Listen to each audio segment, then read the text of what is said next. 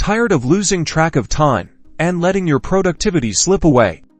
Let's fix that by adding a timer directly into your Notion workspace. First, let's embed a simple countdown timer in your Notion page.